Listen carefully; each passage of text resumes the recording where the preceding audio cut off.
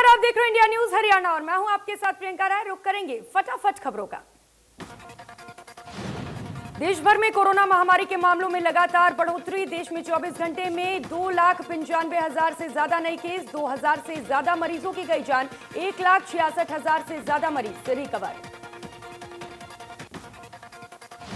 महाराष्ट्र में हालात सबसे ज्यादा खराब। महाराष्ट्र में 24 घंटे में 62,000 से ज्यादा नए मामले, 519 मरीजों ने तोड़ा दम, जबकि 54,000 से ज्यादा मरीज रिकवर। महाराष्ट्र में कड़े प्रतिबंधों के बावजूद कोरोना संक्रमण लगातार बढ़ रहा है। राज्य में हर दिन कोरोना मरीजों के नए रिकॉर्ड बन रहे हैं। राज्य मंत्रिमंडल की बैठक में सख्त लॉकडाउन लगाने का फैसला किया गया। इसकी अधिकृत घोषणा अभी नहीं हुई है। नए दिशा निर्देश के साथ मुख्यमंत्री उद्धव ठाकरे राज्य में लॉकडाउन की घोषणा कर सकते हैं। दिल्ली में कोरोना ने अब तक के सारे रिकॉर्ड तोड़ दिए। दिल्ली में 24 घंटे में कोरोना के रिकॉर्ड 28,395 नए मामले सामने आए। इसके अलावा 277 लोगों की मौत हो गई।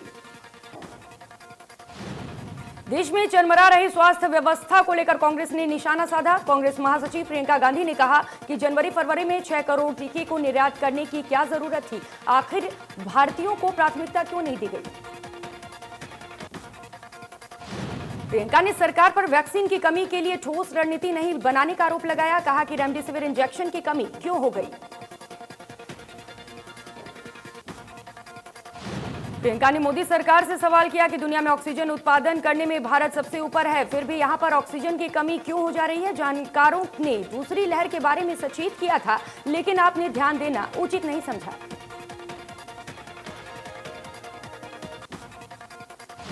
प्रियंका गांधी ने कहा कि देश इस समय महामारी से जूझ रहा है, ये राजनीति करने का वक्त नहीं है। पूर्व प्रधानमंत्री मनमोहन सिंह ने पीएम मोदी को जो सुझाव दिया है उस पर काम करने की जरूरत है।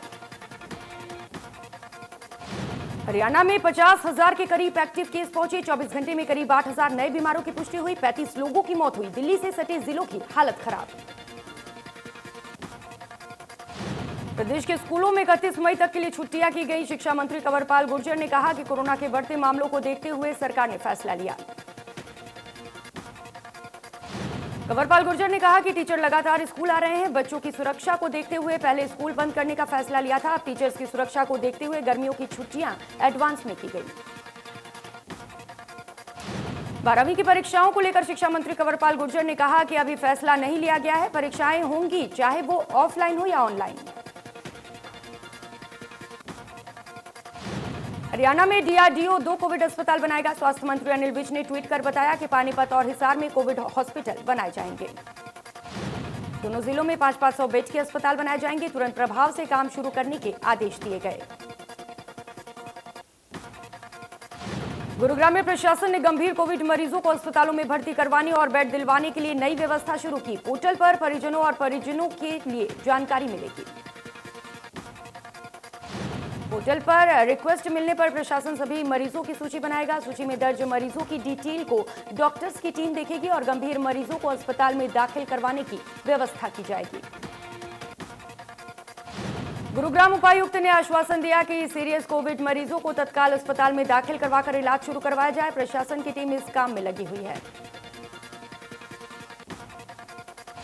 फरीदाबाद में कोरोना मरीजों के इलाज को लेकर डीसी गरिमा मित्तल ने 3 अधिकारियों की उच्च स्तरीय कमेटी बनाई। ये अधिकारी कोरोना मरीजों से जुड़ी समस्याओं को लेकर अपनी अपनी रिपोर्ट देंगे। सरकारी और निजी अस्पतालों में दवाई, बेड, ऑक्सीजन समेत मरीज के होने वाले इलाज का तीनों अधिकारी ध्यान रखेंगे। सीटीएम मोहित कुमार, एसीपी सतपाल यादव और एसएमओ डॉक्टर गजरात को जिम्मेदारी दी गई। कोरोना संक्रमण के बढ़ते मामलों के चलते रोडवेज की बस सेवा प्रभावित हुई। दिल्ली राजस्थान जाने वाली बसें बंद की गई और चंडीगढ़ जाने वाली बसों की संख्या घटाई गई। चंडीगढ़ जाने वाली 9 बसों में से अब सिर्फ 3 बसें ही चलाई जाएंगी, जिससे भिवानी डिपो का राजस्व एकाएक कम हो गया। बसों में सोशल डिस्टेंसिंग की पालना करवाने में विभाग जुटा। भिवानी में एसएचओ ने बाजार के व्यापारियों के साथ बैठक की। बैठक में कोरोना के बढ़ते कहर पर चर्चा हुई। एसएचओ ने व्यापारियों को कोरोना से बचाव के लिए जरूरी दिशा निर्देश दिए।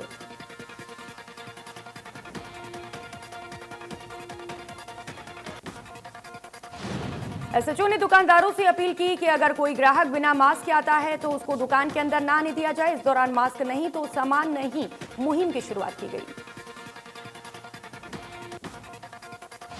यमुनानगर के सबसे व्यस्तम बाजार मीराबाई बाजार के अंदर ना तो दुकानदार कोविड-19 के नियमों का पालन कर रहे हैं और ना ही खरीदार। नियमों के बारे में पूछने पर लोगों के अलग अलग तरह के बहाने सुनने को मिल रहे हैं। कई लोग चेहरे के ऊपर मास्क पहनना तक जरूरी नहीं समझ रहे हैं।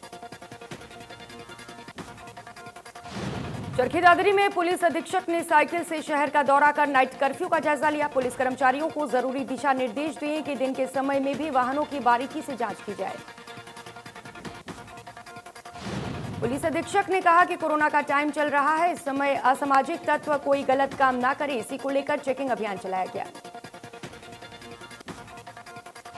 कैथल के अनाज मंडी में खरीद और उठान का काम जारी है। टोटल 3,62,000 क्विंटल खरीद हो चुकी है और अब तक 5,50,000 क्विंटल उठान हुआ है। रादौर में ठेकेदार की मनमानी से परेशान सरकारी अस्पताल में आउटसोर्सिंग कर्मचारियों ने हड़ताल की। कहा कि जल्द जिला उपायुक्त को मुख्यमंत्री के नाम ज्ञापन सौंपेंगे। कर्मचारियों ने बताया कि ठेकेदार उन्हें रादौर सरकारी अस्पताल से जिले के बाकी अस्पताल में बदली कर परेशान कर रहा है, जिससे खफा होकर उन्होंने अस्पताल परिसर में नारेबाजी की। चरखी दादरी के नागरिक अस्पताल में आग लगने की घटना पर काबू पाने को लेकर मॉक ड्रिल की गई। मॉक ड्रिल के दौरान 4 फायर ब्रिगेड की गाड़ियों की मदद से कुछ ही मिनटों में हालात पर नियंत्रण पाया गया। अचानक फायर ब्रिगेड आने और दमकल कर्मचारियों के आग बुझाने की कोशिशों को देखकर अस्पताल परिसर में अफरा तफरी का माहौल बन गया। अस्पताल के अंदर मौजूद लोग भी बाहर की तरफ आ गए। भिवानी पहुंचने पर ओलंपिक क्वालिफाई करने वाले रेसलर सोनम मलिक का शहर वासियों ने मिठाई खिलाकर स्वागत किया और अच्छे भविष्य की कामना की। सोनम मलिक ने कहा कि उन्होंने 65 किलोग्राम वर्ग में क्वालिफाई किया है। ओलंपिक क्वालिफाई करने के लिए वो दिन रात मेहनत कर रही हैं। रेवाड़ी में सार्वजनिक जगहों पर भीड़ के चलते कोरोना मरीजों की संख्या लगातार बढ़ रही है। पिछले 24 घंटे में 5 मरीजों की मौत हुई। वहीं जिले में कुल एक्टिव केस 367 तक है। रेवाड़ी के नागरिक अस्पताल में 8 सीनियर डॉक्टर समेत 14 कर्मचारी संक्रमण की चपेट में हैं। सीएमओ ने लोगों से गाइडलाइन का पालन करने की अपील की। बढ़ते कोरोना केस को लेकर हरियाणा सरकार ने रोडवेज के लिए कुछ स्पेशल हिदायतें जारी की हैं। बसों में बैठने वाली सवारियों को कोविड नियमों का पालन करना होगा। बस में 50% यात्री ही एक साथ सफर कर सकते हैं। हालांकि सड़क पर सरकार के कोरोना नियम दम तोड़ते नजर आ रहे हैं। कंडक्टर का कहना है कि हम लोग एक सीट छोड़कर बैठने की अपील कर रहे हैं, लेकिन लोग हैं कि मानते नहीं। बसें कम होने से सवारियां बढ़ रही हैं। रोडवेज बसों में आदेशों की धज्जियां उड़ाने को लेकर अंबाला रोडवेज जीएम का कहना है कि लापरवाही की बात उनके संज्ञान में आई है। मामले में जल्द सख्ती की जाएगी। बढ़ते कोविड संक्रमण के चलते हरियाणा रोडवेज ने गोहाना से हरिद्वार, देहरादून और कोटा जाने वाली बसों को आगामी आदेशों तक बंद कर दिया है। बस सेवा बंद होने से इस रूट पर सफर करने वाले यात्रियों को परेशानी हो रही है। बस सेवा बंद होने से रोडवेज विभाग को भी रोजाना हजारों रुपए का घाटा उठाना पड़ेगा। दिल्ली में लॉकडाउन लगने से गोहाना से दिल्ली, आगरा और जयपुर रूट पर चलने वाली बसें भी बंद हो सकती हैं। बढ़ते कोरोना केस को लेकर अंबाला रेलवे प्रशासन अलर्ट है। यूटीएस काउंटर प्लेटफॉर्म नंबर के एक मुख्य पॉइंट पर यात्रियों के थर्मल स्कैनिंग के लिए महिला और पुरुष टीटी की टीम तैनात कर दी गई है। जीआरपी और आरपीएफ के जवान भी रेलवे स्टेशन पर लगातार लोगों को मास्क पहनने की अपील कर रहे हैं। साथ ही मास्क न पहनने वाले लोगों के चालान काटे जा रहे हैं। दिल्ली में 6 दिन के लॉकडाउन के बीच दिल्ली बदरपुर बॉर्डर पर दिल्ली पुलिस की तरफ से सख्ती बढ़ा दी गई है। फरीदाबाद से दिल्ली जाने वाले वाहन चालकों को रोककर उनसे दिल्ली जाने की वजह पूछी जा रही है। बाहर से दिल्ली आने वालों से मूवमेंट पास भी मांगा जा रहा है। बिना वजह दिल्ली में एंट्री करने वाले लोगों को वापस फरीदाबाद की तरफ भेजा जा रहा है। दिल्ली पुलिस की तरफ से दिल्ली से फरीदाबाद जाने वाले लोगों के लिए भी नाकेबंदी है। कैथल में 24 घंटे में 100 से ज्यादा कोरोना केस मिले हैं, जबकि 2 मरीजों ने दम तोड़ दिया है। वहीं 19 दिन में 5वीं बार है जब 100 से ज्यादा केस मिले हैं। नरवाना में कोरोना बेकाबू हो गया है। एक दिन में 92 नए मरीजों की पुष्टि हुई है। कोरोना से अब तक नरवाना में 19 लोगों की मौत हो चुकी है। गुरुग्राम में 2344 नए कोरोना केस मिले हैं। जिले में 4 लोगों की कोरोना से मौत हुई है, जबकि 842 रिकवर हुए हैं। 14,270 लोग कोरोना के एक्टिव मामले हैं। कोरोना के बढ़ते मामलों के चलते भिवानी पुलिस अलर्ट मोड पर है। पहले गांधीगिरी के जरिए लोगों को समझाया जा रहा है और वाहन चालकों को मास्क लगाने और सोशल डिस्टेंसिंग के लिए भी प्रेरित किया जा रहा है। पुलिसकर्मी गली गली जाकर लोगों को, खासकर दुकानदारों और ग्राहकों को समझाते हुए नजर आ रहे हैं। पुलिस का कहना है कि पहले लोगों को समझाया जा रहा है, उसके बाद चालान काटने की प्रक्रिया शुरू की जाएगी। लगातार बढ़ते कोरोना मरीजों को देखते हुए स्वास्थ्य मंत्री अनिल विज के आदेशों के बाद अंबाला पुलिस ने नाइट कर्फ्यू के उल्लंघन करने वालों पर कड़ी कार्रवाई की। रात के समय अंबाला पुलिस ने जगह जगह चेकिंग अभियान चलाया। इस अभियान के दौरान विनोद कुमार ड्यूटी मजिस्ट्रेट के तौर पर मौजूद रहे। इस दौरान पुलिस ने नाइट कर्फ्यू के समय घर से बाहर घूम रहे युवाओं को दंड बैठक करवाई। पुलिस का भी मानना है कि दंड बैठक केवल इसलिए कराई जा रही है ताकि युवाओं को एहसास हो उनकी गलती का। इस दौरान पुलिस ने अन्य वाहनों की भी चेकिंग की और नियम तोड़ने वालों पर कार्रवाई की। वहीं कैंट डीएसपी व थाना प्रभारी भी चेकिंग करते रहे। सरकार के आदेशों की अवहेलना करने वालों पर कार्रवाई की जा रही है। रही बात दंड बैठक की, तो ये एक प्रक्रिया है। किसी को समझाना पड़ता है तो किसी के खिलाफ कार्रवाई करनी पड़ती है। कोरोना के बढ़ते मामलों के मद्देनजर प्रदेश भर में लगाए गए नाइट कर्फ्यू की सिरसा में सख्ती से पालन करवाते पुलिसकर्मी देखे गए। आने जाने वाले वाहनों को चेक किया जा रहा है और लोगों से कहा जा रहा है कि वे रात 10 बजे से सुबह 5 बजे तक घरों से बाहर न निकलें। जो लोग नहीं मानते उनका चालान भी किया जा रहा है। डीएसपी ने भी शहर का राउंड लगाया और संदेश दिया कि नाइट कर्फ्यू की पालना हर संभव कराई जाए। उन्होंने पुलिसकर्मियों को आवश्यक दिशा निर्देश भी दिए। फरीदाबाद में अब रक्तदान शिविर लगाना आसान नहीं होगा। सरकार ने रक्तदान शिविर को लेकर नई गाइडलाइन जारी की है, जिसके तहत सरकारी अस्पताल के साथ साथ जिला उपायुक्त से अनुमति लेनी होगी। रक्तदान शिविर के लिए सारा ब्यौरा जमा कराना होगा। दरअसल बीते दिनों रक्तदान शिविर में एकत्रित किए गए रक्त के व्यर्थ जाने के मामले सामने आने पर सरकार ने यह कदम उठाया है। प्रदेश के कृषि मंत्री जेपी दलाल ने इंडिया न्यूज हरियाणा को फसल खरीद को लेकर जानकारी दी। दलाल ने कहा कि 10-12 दिन के अंदर ही 60 लाख मीट्रिक टन की अराइवल हुई है। जेपी दलाल ने कहा कि 70% फसल को कट्टों में भरवा दिया गया है और भरे हुए कट्टों की भी 60% तक लिफ्टिंग हो गई है। कृषि मंत्री के मुताबिक आढ़तियों को सिर्फ आढ़त मिलेगी और किसान को उसका पूरा पैसा मिलेगा। डीसी को भी आदेश दिए गए हैं कि अगर किसी मंडी में लिफ्टिंग कमजोर है तो कोई भी निर्णय ले जिससे काम तेज हो सके। जेपी दलाल ने विपक्ष के गेहूं प्रोक्योरमेंट में घोटाले के आरोप पर कहा कि कुछ लोगों को घोटाले ही नजर नहीं आते, ये उनकी मानसिकता है। विपक्ष को सिर्फ बयान देना है, उल्टी सीधी बातें कहने की आदत हो गई है। जेपी दलाल ने कहा कि सरसों की खरीद भी हमने 2 गुने दामों में की, जिसका रेट 6000 है। दक्षिण हरियाणा में कुछ जिलों में बाजरा 2150 रुपए में खरीदा, जिससे सरकार को 1500 करोड़ का घाटा हुआ। फतेहाबाद में किसानों ने संपत्ति क्षति वसूली विधेयक के खिलाफ प्रदर्शन किया। साथ ही लघु सचिवालय पहुंचकर राष्ट्रपति के नाम एडीएम को ज्ञापन सौंपा। किसान नेताओं ने फसल काट चुके किसानों से बॉर्डर पहुंचने की अपील की। किसान नेताओं ने कहा कि दुष्यंत चौटाला पत्र लिखने का केवल ड्रामा कर रहे हैं। अगर वो किसानों के सच्चे हितैषी होते तो नरेंद्र मोदी को किसानों के पक्ष में इस्तीफा सौंपते। किसानों के द्वारा संपत्ति क्षति विधेयक को वापस लेने की भी मांग की गई।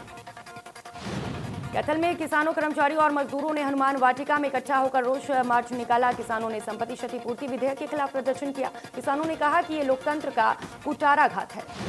किसानों ने सरकार की मंशा पर सवाल उठाते हुए कहा कि ये कानून 3 कृषि कानूनों के खिलाफ चल रहे किसान आंदोलन को कुचलने के मकसद से दमनकारी कानून लाया गया है, जो अपने आप में औपनिवेशिक स्वरूप जैसा है। सिरसा के लघु सचिवालय के बाहर किसानों ने क्षतिपूर्ति कानून के खिलाफ धरना देकर सरकार के खिलाफ नारेबाजी की। किसानों ने हरियाणा सरकार को चेतावनी देते हुए कहा कि किसानों के आंदोलन को कुचलने की कोशिश की तो सरकार को परिणाम भुगतने पड़ेंगे। करनाल में किसान संगठन, ट्रेड यूनियंस, कर्मचारी संगठनों ने क्षतिपूर्ति कानून को निरस्त करने की मांग की। तमाम किसानों और संगठनों ने पुलिस कार्रवाई के खिलाफ राज्यपाल के नाम प्रशासनिक अधिकारी को ज्ञापन सौंपा। किसान नेताओं का कहना है कि हरियाणा सरकार ने क्षतिपूर्तिकालिक कानून जो लागू किया है, ये सरकार 3 कृषि कानूनों के खिलाफ चल रहे किसान आंदोलन को कुचलने के उद्देश्य से दमनकारी कानून लेकर आई है। कुरुक्षेत्र में किसानों ने डीसी से मुलाकात कर अतिरिक्त पुलिस अधीक्षक रविंद्र तोमर की रवैया को लेकर शिकायत की। किसानों का आरोप है कि अतिरिक्त पुलिस अधीक्षक कोरोना नियमों पर समझौता कर रहे हैं। किसानों का कहना है कि पुलिस अधिकारी बीजेपी के कार्यकर्ताओं में कोरोना नियमों को ताक पर रखकर अनुमति दे देते हैं। वहीं किसानों को कोरोना के नियमों के नाम पर परेशान किया जा रहा है। हरियाणा की मंडियों में शनिवार और रविवार को बंद रही गेहूं खरीद फिर से शुरू कर दी गई। मंडियों में 2 दिन बंद होने से आढ़ती और किसान दोनों को राहत मिली है। आढ़तियों का कहना है कि खरीद हुआ अनाज एकत्रित हो गया है, उठान नहीं हो पा रहा था, जिसके चलते मंडी में और गेहूं खरीदने के लिए जगह नहीं बची थी। लेकिन सभी समस्याएं समाप्त हो गई हैं। फतेहाबाद के अनाज मंडी में बारिश से गेहूं भीग गए। बारिश से बचाने को लेकर मंडी प्रशासन ने कोई इंतजाम नहीं किए। 3-4 दिन पहले ही बारिश में फसल भीगी थी, लेकिन मंडी प्रशासन ने फिर भी लापरवाही दिखाई। गोहाना के खेड़ी दमकन गांव में खेतों में खड़ी आग से 30 एकड़ फसल अवशेष जलकर राख हो गए। किसानों का कहना है कि फसल अवशेष से चारा बनाया जाना था। मुख्य सचिव की अध्यक्षता में खेलो इंडिया यूथ गेम्स के लिए गठित कार्यकारी समिति की पहली बैठक हुई। गेम्स के चौथे संस्करण का आयोजन हरियाणा के पंचकुला, अंबाला, शाहबाद और दिल्ली, चंडीगढ़ में आयोजित होगा। 21 नवंबर से 5 दिसंबर 2021 तक होने वाले खेलो इंडिया यूथ गेम्स में अंडर 18 कैटेगरी के खेल आयोजित किए जाएंगे। साथ ही ब्रिक्स गेम 2021 के कुछ खेलों का भी आयोजन खेलो इंडिया के साथ करवाया जाएगा। उन्होंने ये भी निर्देश दिए कि खेलो इंडिया गेम्स के लॉन्च समारोह का आयोजन कोविड-19 के नियमों के अनुपालना के तहत हो। इस समारोह में प्रतिष्ठित खिलाड़ियों व जिन राज्यों के पारंपरिक खेलों का प्रदर्शन किया जाएगा। चरखी दादरी में अनजान शख्स ने रोडवेज डिपो पर महाप्रबंधक को धमकी भरा खत छोड़ा। खत के जरिए रोडवेज महाप्रबंधक ने 50 लाख रुपए की फिरौती की मांग की है। मामले में जीएम दादरी ने पुलिस अधीक्षक को शिकायत दी है। साथ ही आरोपियों की जल्द गिरफ्तारी की मांग की है। खत में बिश्नोई गैंग लिखा हुआ बताया गया है। करनाल के गांव काचवा में एक महिला की सोने की बालियां छीनकर भागने वाले शख्स को पकड़ा। वारदात के वक्त महिला के शोर मचाने से लोगों ने स्नैचर को पकड़ा और जमकर पिटाई की। स्नैचर की पिटाई के बाद गांव के लोगों ने उसे सीआईए के हवाले कर दिया। आरोपी युवक पानीपत के पास गांव का रहने वाला बताया जा रहा है, जो कि बाइक पर ऐसे वारदातों को कई बार अंजाम दे चुका है। नूह थाना क्षेत्र के गांव में एक शख्स का शव बरामद हुआ है। शख्स के सिर पर गोली लगी हुई है। शख्स के परिवार वालों का आरोप है कि पैसों के लेन देन के चलते ससुराल वालों ने दामाद को गोली मारी। नूह पुलिस ने शव को पोस्टमार्टम के लिए सीएचसी में रखवा दिया। वहीं लड़के के परिजनों के आरोपों के मुताबिक पुलिस मामले की जांच में जुट गई। तावडू क्राइम ब्रांच की टीम ने मुठभेड़ के बाद 50,000 रुपए के इनामी बदमाश समेत 4 को गिरफ्तार किया। पुलिस ने बदमाशों से एक देसी कट्टा, पिस्तौल और रौंद बरामद की। बदमाश जावेद उर्फ जाबीद को पुलिस मुठभेड़ के बाद दीवार कूदकर भागने के कारण चोट लगी, जिसके बाद उसे मेडिकल कॉलेज नल्हड नूह में भर्ती कराया गया। झज्जर कोसली रोड पर ट्रक चालक ने एक बाइक सवार को टक्कर मार दी। हादसे के बाद बाइक सवार की मौके पर ही मौत हो गई। मृतक की पहचान गांव ढाकला के रहने वाले मनोज के तौर पर हुई। मनोज कुलाना गांव के पास किसी प्राइवेट कंपनी में जॉब करता था और ड्यूटी पर जाने के लिए गांव से निकला था। पुलिस ने मनोज के शव को पोस्टमार्टम के लिए नागरिक अस्पताल भिजवा दिया। सिकंदरपुर गांव के पास फतेहाबाद की ओर से आ रही रोडवेज बस की बाइक से टक्कर हो गई। हादसे में बाइक सवार की मौके पर ही मौत हो गई। वहीं लंबी दूरी तक बाइक के घसीटने से बस में आग लग गई। सूचना मिलने पर दमकल विभाग की 2 गाड़ियां मौके पर पहुंची और आग पाने पर काबू पाया। बस में आग लगते ही सभी सवारियां बस से उतर गई। सभी को सकुशल दूसरी बस में बस अड्डा भेज दिया गया। टोहाना में गोदाम में यूपी से सस्ती गेहूं लाने के मामले में कार्रवाई करते हुए मार्केट कमेटी ने फर्म से हजारों रुपए की मार्केट फीस और जुर्माना वसूला। कमेटी ने आढ़तियों को चेतावनी देते हुए कहा कि गलत तरीके से काम करने वालों को बर्दाश्त नहीं किया जाएगा। ऐसे लोगों के खिलाफ सख्त एक्शन लिया जाएगा। मार्केट कमेटी सचिव को गुप्त सूचना मिली थी कि अवैध तरीके से यूपी से गेहूं लाया जा रहा है, जिसे अनाज मंडी में बिना मार्केट फीस से दिए बेचा जाएगा, जिस पर कार्रवाई करते हुए टीम ने मौके पर पहुंचकर 346 क्विंटल गेहूं पकड़ा। बुलंदशहर में ट्रक की भीषण टक्कर से वैन सवार 3 प्रवासी मजदूरों की मौत हो गई और 3 लोग गंभीर रूप से घायल हो गए। प्रवासी मजदूर जिंद से अपने गांव लौट रहे थे। घायलों को अस्पताल में भर्ती कराया गया। सड़क हादसे में आक्रोशित ग्रामीणों ने हंगामा किया। एसडीएम के आश्वासन के बाद ग्रामीण शांत हुए। प्रधानमंत्री नरेंद्र मोदी ने देशवासियों को रामनवमी और सिविल सेवा दिवस की शुभकामनाएं दी। पीएम मोदी ने देशवासियों से कोरोना से बचाव के सभी उपायों का पालन करने का आह्वान किया। पीएम मोदी ने दवाई भी कड़ाई भी के मंत्र को याद रखने के लिए कहा। इसके अलावा सिविल सेवा दिवस पर देश भर के प्रशासनिक अधिकारियों को शुभकामनाएं दी। सीएम मनोहर लाल ने रामनवमी के शुभ पर्व पर देशवासियों को शुभकामनाएं दी। लिखा कि सभी का जीवन सुख, शांति और उत्साह से परिपूर्ण हो, ऐसी कामना है।